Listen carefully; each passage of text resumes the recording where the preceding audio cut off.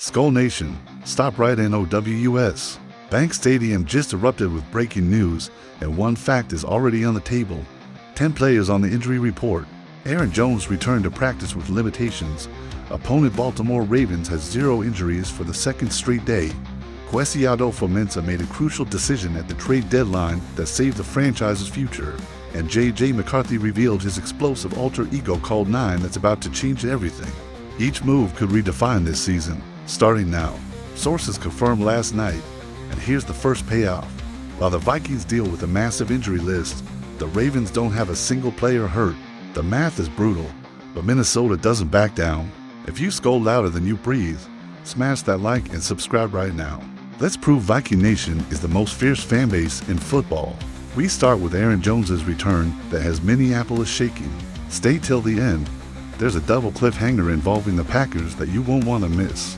Thursday, closed practice, cameras rolling, and then, coming out of the rehab tunnel, appears number 33. The question that echoed through US Bank Stadium all week finally had a visual answer. Aaron Jones was back. Limited, yes. Cautious, maybe, but present. And for a team sitting out for wins and for losses fighting for every inch toward the playoffs, that presence changes everything. The running back who carries the Vikings' offensive identity on his back was out Wednesday, listed with shoulder and toe injuries to areas that for a runner mean pain with every contact, every cut, every yard gained. But Jones isn't just any player. Last Sunday, before even returning to practice, he said something that made Viking Nation hold its breath.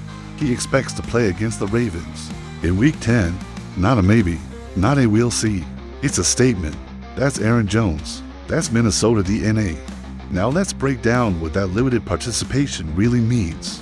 Jones wasn't running full routes, wasn't making full contact, but he was present. He was on the field, processing the playbook, maintaining timing with Sam Darnold, showing the roster that leadership doesn't take days off. And here's the technical detail that changes everything. Jones is dealing with an AC joint sprain, that junction between the collarbone and shoulder that absorbs direct impact on every tackle. For a running back who's already carried the ball 130 times this season, accumulating 562 yards and for touchdowns, this injury isn't cosmetic, it's structural. But practicing with limitations on Thursday, that's a massive sign he'll be on the field Sunday afternoon against Baltimore. Here's the context the national media isn't telling you. The Vikings have nitrogen monoxide plan B. If Aaron Jones doesn't play, Ty Chandler is a competent backup, but he doesn't have Jones's field vision, doesn't have the ability to turn 3 yards into 8, doesn't have the instant chemistry with the offensive line that Jones built throughout the season. Kevin O'Connell knows this, the training room knows this, and Baltimore definitely knows this.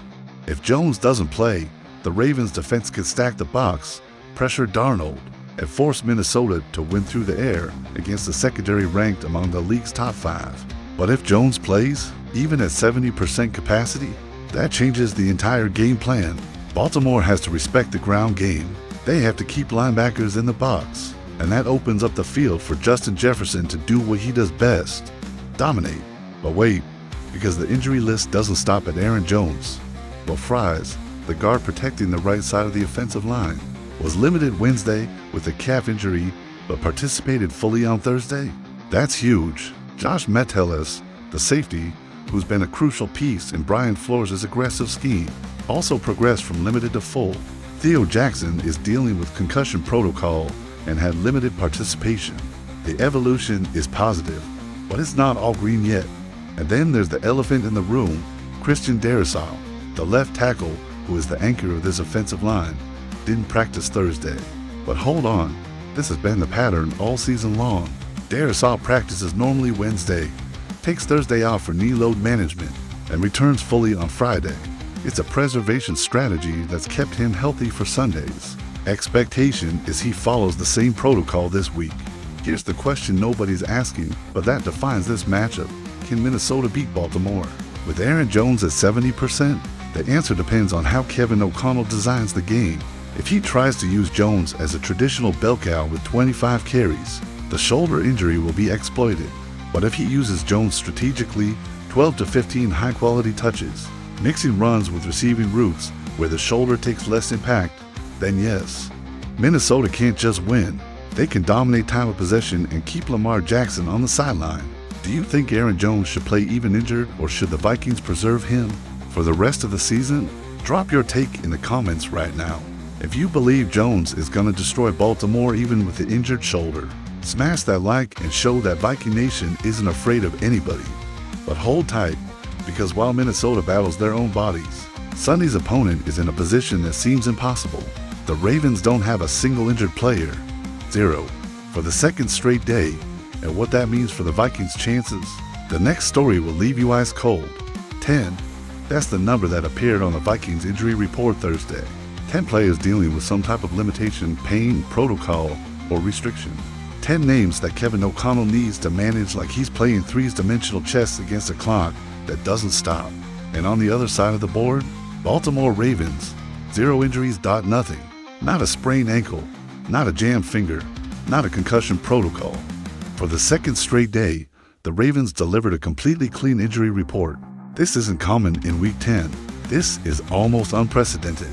And for the Vikings, holding the franchise together with duct tape and prayers, this feels like an impossible mountain to climb. Let's put this in perspective. Minnesota sits at 4 wins and 4 losses. Another win puts them back in the playoff hunt. But beating a completely healthy team at home, with half the roster appearing on the injury report, that requires more than talent. That requires a miracle. Or, as Brian Flores would say, that requires perfect execution. Let's look at who's on the list. Aaron Jones with shoulder and foot. Jeff Okudah in concussion protocol for the second day. Josh Oliver with foot injury and not practicing. Theo Jackson also in protocol, but with limited progress. Harrison Smith had a rest day not related to injury, but returned full Thursday. Yalen Redmond is limited with shin. CJ Ham remains limited with hand. The list is long, and each name represents an adjustment to the game plan, a contingency that needs rehearsing, a backup who needs to be ready. Here's the detail that changes everything. Andrew Van Ginkel is not on the list, and that, my friends, is a blessing in disguise. Van Ginkel has been a crucial factor in the Vikings' defensive success this season. He's the linebacker Brian Flores uses like a Swiss Army knife, now rushing the quarterback, now covering tight ends, now plugging holes in the run. If Van Ginkel were injured, Minnesota wouldn't even have a chance against Lamar Jackson. But he's healthy, he's ready, and he'll need the best game of his life Sunday, because Baltimore comes with an offense ranked among the NFL's top 3 in yards per game. Now let's talk about the brutal reality the Vikings face. The Ravens aren't just completely healthy, they're in scary form. Lamar Jackson is playing MVP football. Derrick Henry is crushing defenses with a 5.2 yards per carry average.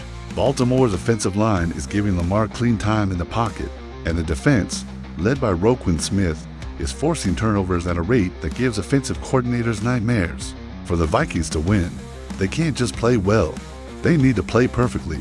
0 mistakes, 0 turnovers, 0 coverage breakdowns. And with 10 players on the injury list, perfection seems like an abstract concept. But here's where the narrative flips. Minnesota has something Baltimore doesn't have: urgency. The Vikings need this win more than the Ravens do. Baltimore is already sitting at 6 wins and 3 losses, comfortably atop the AFC North. They can absorb a loss. Minnesota, no. The Vikings need to start stacking wins now, or the playoff window closes before Thanksgiving. And that urgency, that hunger, that backs against the wall mentality, that's fuel. Kevin O'Connell will use this injury disparity as motivation. He'll put it on the whiteboard. They're healthy, we're broken, but we're gonna win anyway. That's football. That's skull. Do you believe the Vikings can win even with 10 injuries against a completely healthy Ravens? Or do you think the math is impossible? Leave your prediction in the comments right now, because Viking Nation needs to unite. And if you think Minnesota is gonna shock the world Sunday, smash that like and show you believe in the impossible. But before you think the situation can't get more complicated, there's a decision Kwesi Adofo-Mensah almost made that could have destroyed this franchise's future, and the story behind it will leave you breathing a sigh of relief. Stay with me. Trade deadline eve, phones ringing, agents negotiating, front offices doing impossible math trying to balance present and future. And in Minnesota, Kwesi Adofo-Mensah was sitting in his office looking at a name that made Viking Nation salivate with desire: Sauce Gardner, the New York Giants cornerback, one of the best young defenders in the NFL, was available, and fans were screaming on social media, "Make the trade, bring Gardner to Minneapolis, fix the secondary."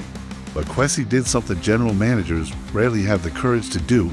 He said nitrogen monoxide, and now, looking back, it was the smartest decision he could have made. Let's contextualize this. Kwesi has never been afraid to make big moves at the trade deadline. That's how they got T.J. Hockenson in 2022, a trade that changed the Vikings' offensive trajectory. So when Sauce Gardner appeared on the market, expectation was Minnesota would make an aggressive offer. Cornerbacks have been a concern this season. After Byron Murphy Jr., the options were Isaiah Rodgers and Jeff Okudah, to competent players, but not stars. The secondary needed help, and Gardner seemed like the perfect answer. But then came the price. The Indianapolis Colts closed the deal, sending TWO first-round picks and wide receiver Adonai Mitchell, who's in his second year, to the Giants. 2 first-rounders for a cornerback. Kwesi looked at that price and said, "No, thank you." Here's why he was right. First, Brian Flores' scheme doesn't prioritize cornerbacks the same way other defensive schemes do. Flores builds his defense around pressure. He wants to hit the quarterback in under 0.5 seconds. He wants to force rush decisions, loose balls, turnovers caused by chaos at the line of scrimmage. In that system, an elite cornerback is nice to have, but not essential. What is essential? Pass rushers, versatile linebackers, safeties who can do everything. And Minnesota already has that with Van Ginkel, Harrison Smith, and Metellus.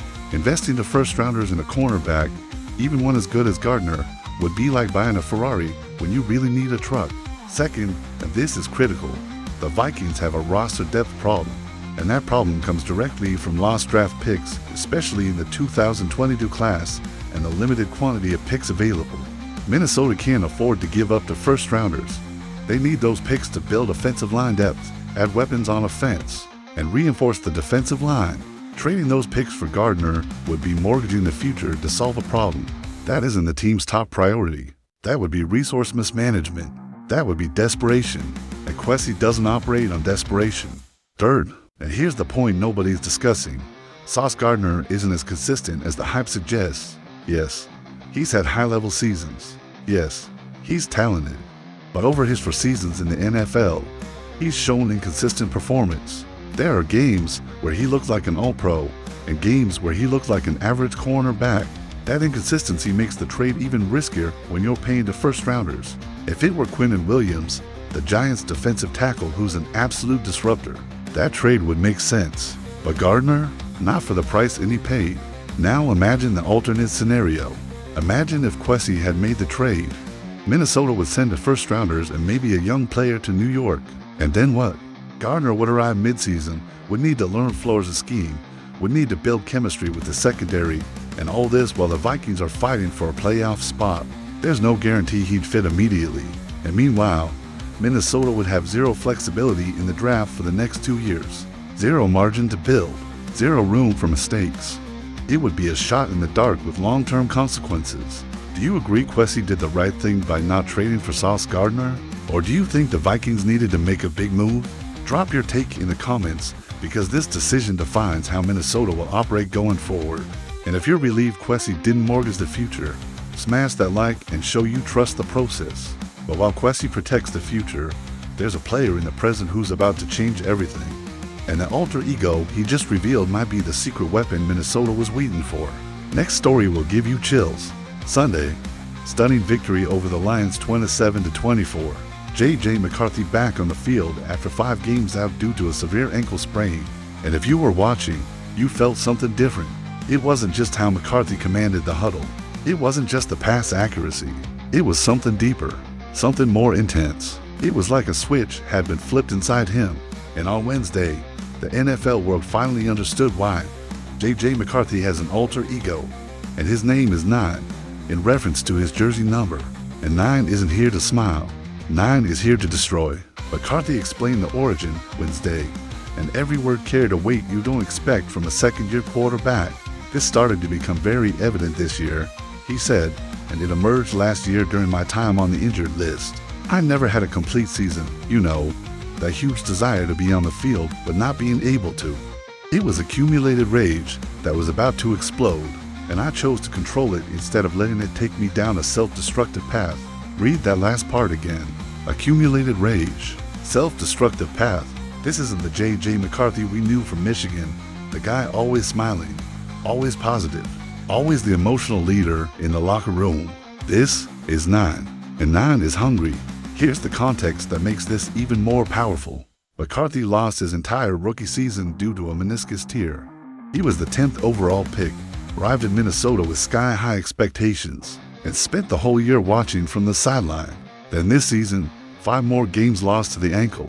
For a competitor like McCarthy, someone who's lived to play football since childhood, this isn't just physically painful, it's mentally tortuous. It's watching your teammates battle while you're stuck on the sideline. It's feeling like you're letting the team down. And all that frustration, all that rage, all that pent-up energy, McCarthy channeled it all into 9. And here's the part that changes the narrative. McCarthy isn't trying to suppress 9. He's feeding him.